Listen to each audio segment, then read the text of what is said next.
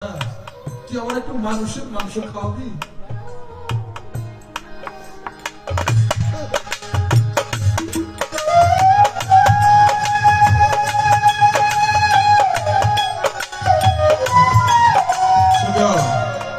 মুসা কয় আল্লাহ মানুষকে কোনো মাংস দিব? যা মুসা যা। এক হাতে পিয়াল আর এক হাতে ছুরি। মুসা রওনা করছে। সর্বপ্রথম তার পরিবার সদস্যের কাছে গেছে। কেউ ঢুল ছুঁড়ে মারছে, কেউ পাথর ছুঁড়ে মারছে। বলছে মুসা পাগল হয়ে গেছে। মুসার কাছে নাকি আল্লাহ মানুষের মাংস চাইছে। মুসা তো পাগল হয়ে গেছে। আল্লাহ কি মানুষের মাংস খাবো?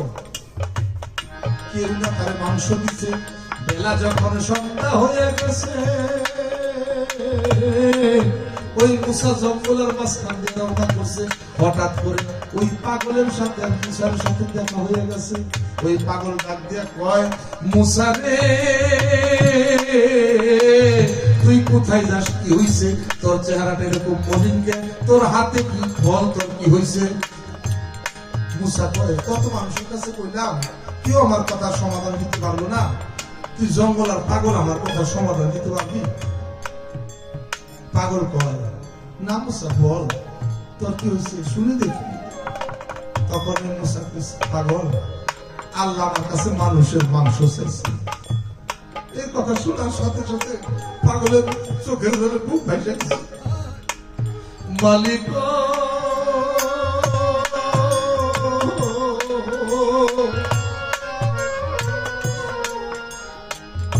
আমি তো তোর মাংস দেওয়া তোকে প্রস্তুত আছি। তুই আমার কাছে এই মাংস না চাইয়া বল কেন মুসার কাছে চাইলি? মালিক আমি তো তোর সবকিছু দেওয়ার জন্য প্রস্তুত আছি। তুই আমার কাছে না চাই মুসার কাছে মাংস চাইলি? পাগল বলছে, মুসারি মাংসের জন্য কি নিয়ে আসছো? এই ছুরি, এই পেয়ালা। ছুরিটা হাতে নিচ্ছে, পেয়ালাটা হাতে নিচ্ছে। পাগলের বুকের শরীরের মধ্যে ওই ছুরিটা লাগাইছে। পাগলের শরীর তো কোনো মাংস নাই। একটা লোহা দিয়ে আরেকটা লোহার মধ্যে আঘাত করলে যেরকম টক টক শব্দ হয়, ঠিক ওই রকম শব্দ ওই পাগলের গায়ে। মাংস মাংস খুঁজে পায় না। পরিশেষে বুকের ভিতরে, বুকের মধ্যে ছুরিটা দিয়া বুকটা ফাইরা কলিজা গুর্দা ফ্যামসা নরম নরম মাংসগুলো ওই পেয়ালার মধ্যে রাখছে। মুসলমান দাঁড়ায় দাঁড়িয়ে দেখতেছে, আবার কি দাঁড়ায় দাঁড়ায় দেখতেছে। যেখানে যেখানে নরম নরম মাংস ছিল সব মাংস ওই প্লেটের মধ্যে রাখছে। মুসার হাতে দিয়ে একটা, মুসারে যা এই মাংস যেন আমার দীনবন্ধু তার মনানন্দে খায়। আমার দীনবন্ধু যেন এই মাংস তার মনানন্দে খায়। মুসা নবী একটু অগ্রসর হয়েছে, আবার ডাকছে, মুসা দাঁড়াইছে। আল্লাহ কি তোমার কাছে কইছিল কোন জায়গার মাংস পাবো? তা তো কয় নেই। ওই যেখানে যেখানে মাংস ছিল সব তো দিছি। আল্লাহ যদি তোমার কই চোখের মাংস তো নাই, তোমার আবার আসতে হবে। দেও তোমার হাতের ছুরি দিছে। একটা চোখ বের করে ওই পেয়ালার মধ্যে দিছে। আর পাগল করে, একটা চক্ষু দিলাম, একটা রাখলাম বাকি। এই চক্ষু দিয়েছে আমি আমার দিনে বন্ধু দেখি। আরে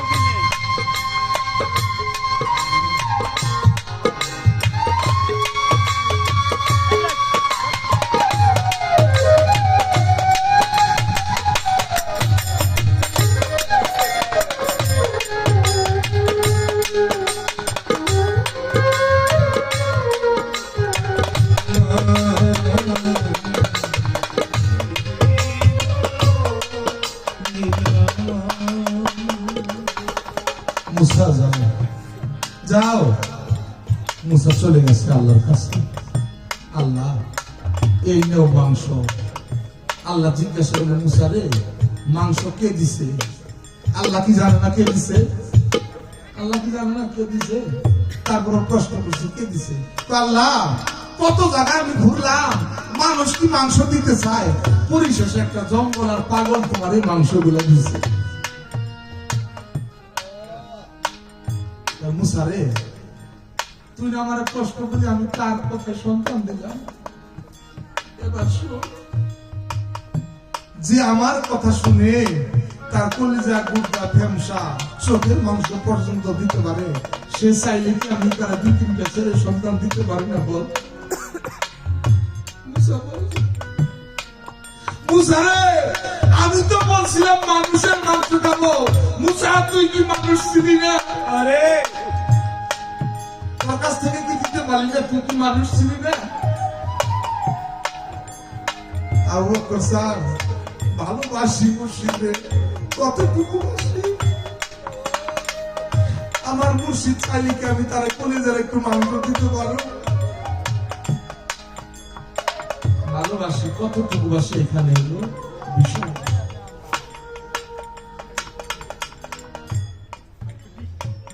মুর্শিদ প্রেমে কি যে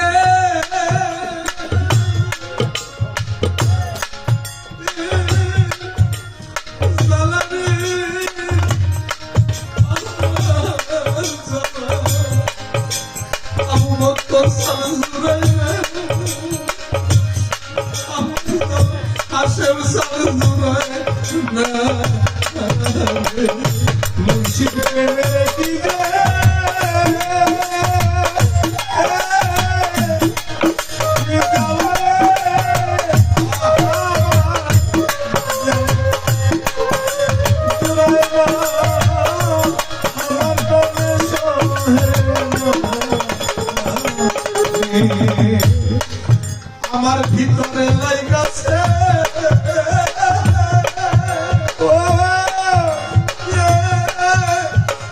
আমার দিন বন্ধুর প্রেমে রাগুরি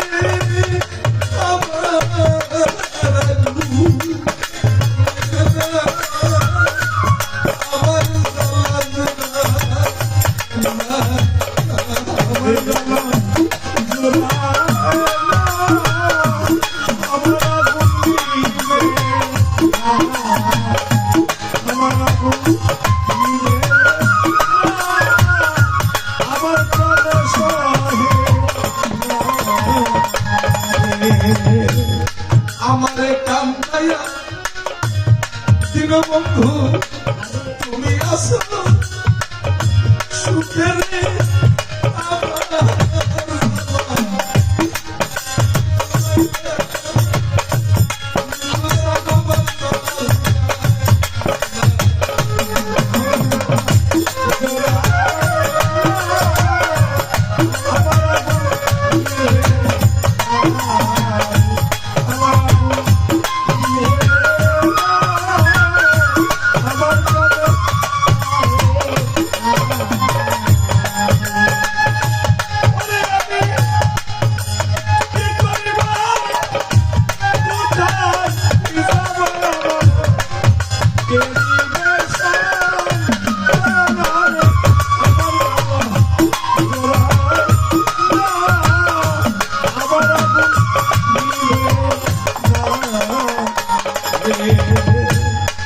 আমার মুখ দেখা যে দুঃখ বুঝবে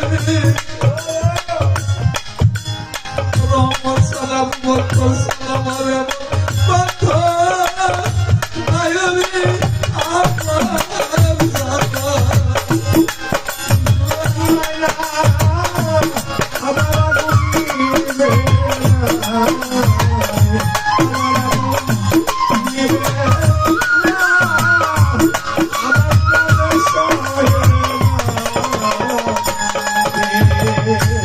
আবু বকর সান্দের ভক্ত জানালে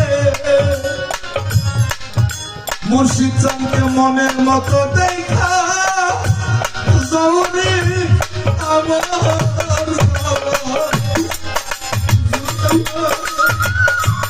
আমার আগুন নিভে না, আমার আগুন নিভে না, আমার প্রাণের সহে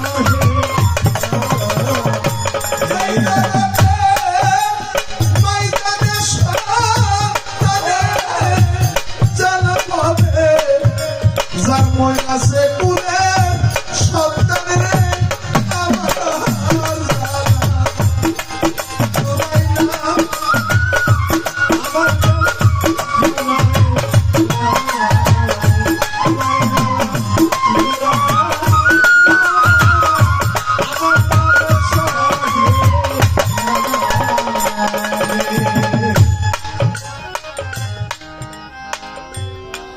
আমার কাঙালির সকল কথাই ভালো লাগছে আমার কাছে।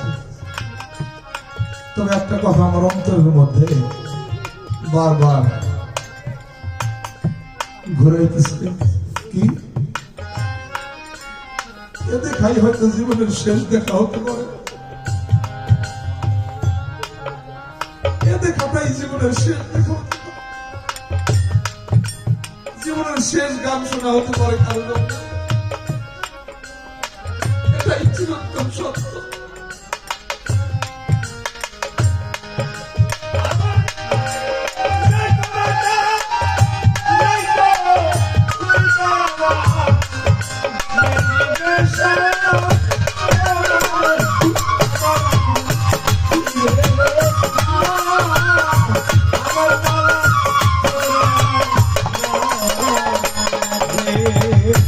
একটা মানুষ যদি তার এই কথা স্মরণ থাকে,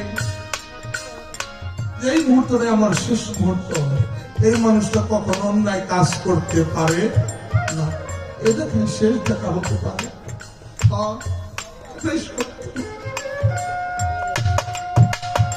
মনের মতো যাইও রে